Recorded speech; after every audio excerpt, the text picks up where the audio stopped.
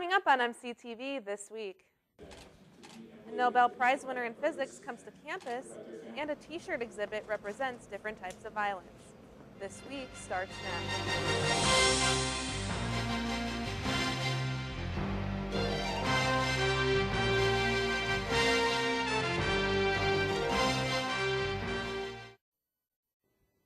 Hello and welcome to MCTV this week. For Julie Graff, I'm Tori Philbin. The Whiteman Lecture Series brings prominent leaders of American business and industry to the Monmouth campus, and this year's speaker came from a non-traditional industry. Last Tuesday, Dr. John Mather, an astrophysicist, cosmologist, and Nobel Prize winner in physics, gave his lecture titled The History of the Universe, How We Got Here and Where We Are Going. Mather won the 2006 Nobel Prize in Physics for his work as a project scientist for NASA's Cosmic Background Explorer satellite, which measured the spectrum of the heat radiation from the Big Bang, discovered hot and cold spots in that radiation, and hunted for the first objects that formed after the Great Explosion. Mather explained how he grew up in a farming community much like Monmouth. He is the senior project scientist for NASA's James Webb Space Telescope and explained the details behind the future of this new telescope. I found this talk very interesting because the lecturer he raised in a farm, and after that, after all this hard work and all the experiments that he has done, led him to win a Nobel Prize. Although Mather's science background does not make him a traditional Whiteman lecturer, his work in NASA crosses into the business sector, particularly regarding funding. Last Wednesday, students got the opportunity to become aware of the domestic violence and sexual assault that occurs within their own community. Each year, Monmouth hosts a clothesline exhibit, which is brought to the Stockdale Center from the Victim Services of Macomb. This exhibit is one of the 500 national and international displays to recognize violence against women.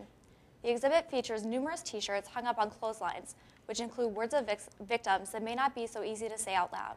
Each shirt color represents a different problem of violence. Sexual assault medical and legal advocate Jill Mann says the t-shirts illustrate the problems that are happening all around us. We have several t-shirts here, and we have a lot more that we may not have room to put up, and we have even more back at our office. We have at least 10 more totes. All of the t-shirts are made by victims that we have worked with from right here in our community. So it says, it's kind of to illustrate to people that there are those victims right in their own communities. These are not t-shirts that have been made in and shipped in. This is stuff that's happening all around us. We cover 4 counties. So we cover Henderson, Warren, McDonough, and Hancock County. So these t-shirts are from people right in those 4 counties. So to bring awareness really is the main purpose. The Clothesline exhibit is a program that enables victims to know that they are not alone. The next Clothesline exhibit event will be held April 20th at WIU Multicultural Center in Macomb, Illinois. Wondering why Wallace Hall was lit up blue? The Alpha Zeta Delta sorority lit the Wallace Tower blue on April 1st to support Autism Awareness Month. So far this year, the sorority has raised $13,000 for their national philanthropy, Autism Speaks.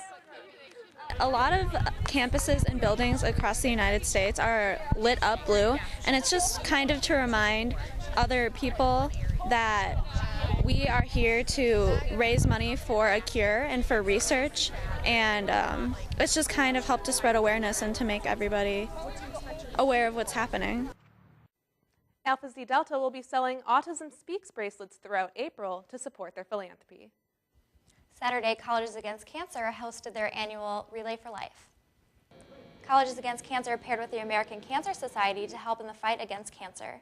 The Relay for Life included many different activities like basketball, improv performances, giant twister, a few inspirational speakers, and a giant Connect 4. Gain a perspective, being able to tell who can have cancer and just learning that anyone can.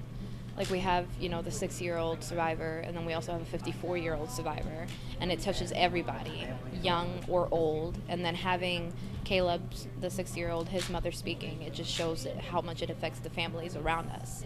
So cancer basically affects the whole world. Colleges Against Cancer raised $2,500 at the event. If you're interested in joining Colleges Against Cancer, they meet bi-weekly in the Stockdale Private Dining Room at 7 p.m. on Tuesdays.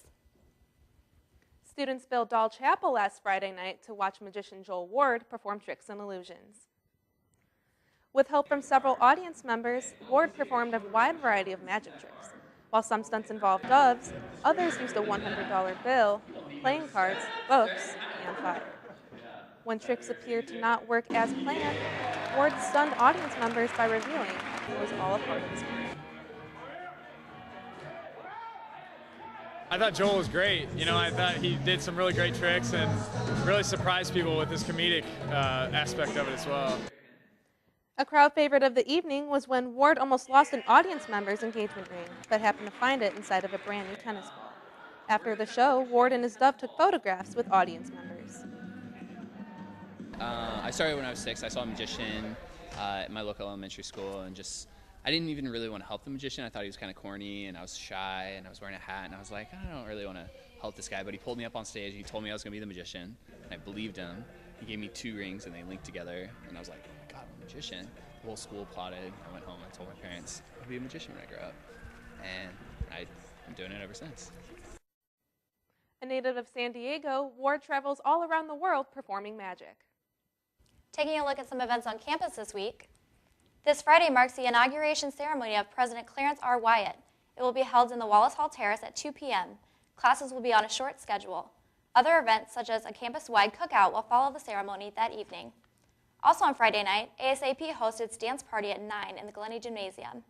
And this Saturday is the first annual Classics Day, which features events that portrays activities from ancient Greece and Rome. Some of these include ancient Greek, Olympics, and military demonstrations from both countries. It will take place at the April Zorn Stadium from 1 to 4 p.m. In case of inclement weather, you can find it in the Huff Center. Coming up in sports, the Scots men's tennis team put their 7-match win streak on the line against Illinois College. Highlights next.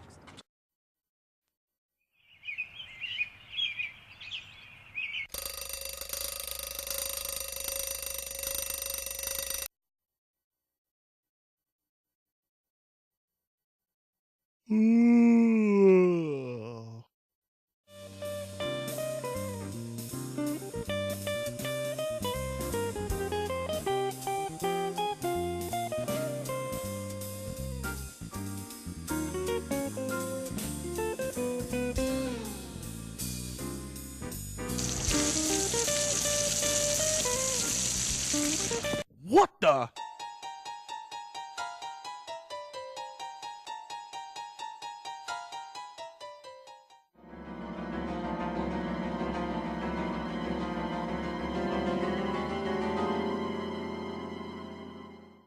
Clean up after your shit.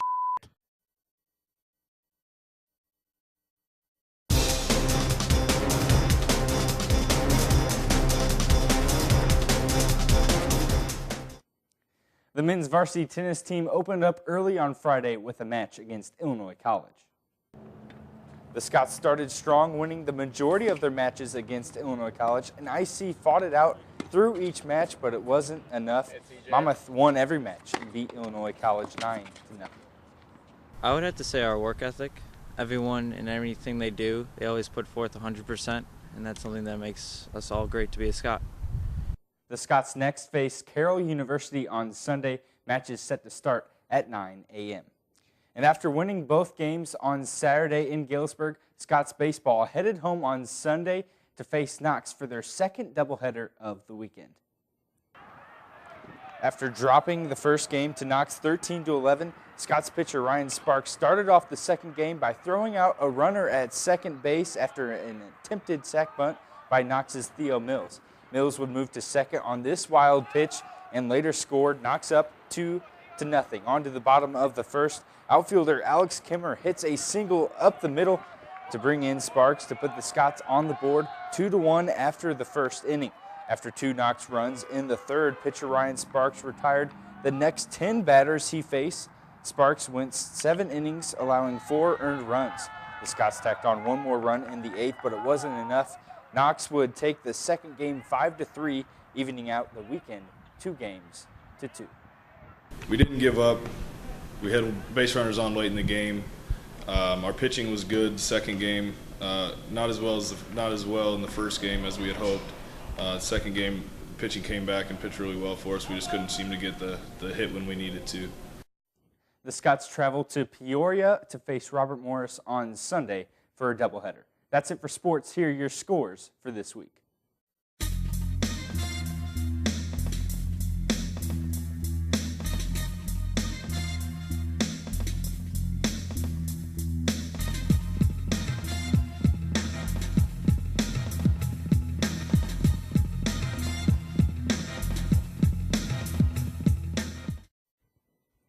This semester marks the 10th anniversary of MCTV, and each week we are looking back at those 10 years and hearing from graduates about their time with MCTV.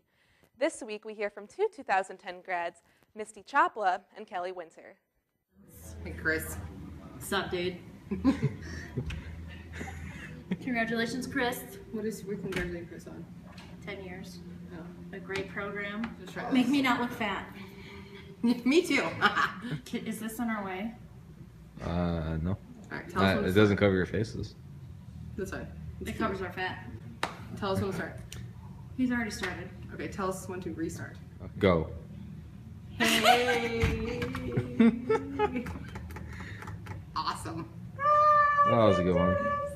Hi, MCTV. You're supposed to be in with me. I didn't know we were starting. I didn't know the head nod meant go. All right. Hey, Hi, MCTV. It's Kelly and Misty here. Sorry this took so long, but we couldn't do it without the other one. So we just wanted to say congratulations on 10 years, and we know we had a blast when we were in school. And Congratulations, Chris, on a great program. We know we loved it. so again, happy anniversary, MCTV. See you at homecoming. Bye. All Is right, that good? fucking done. That'll do it for MCTV this week. I'm David Bynum. And I'm Julie Graff. Tune in next week for a new edition of MCTV. And I'm Tori Philbin. You can also visit us on the web at monmouthcollege.edu/MCTV. Thank you for watching, and we'll see you next time.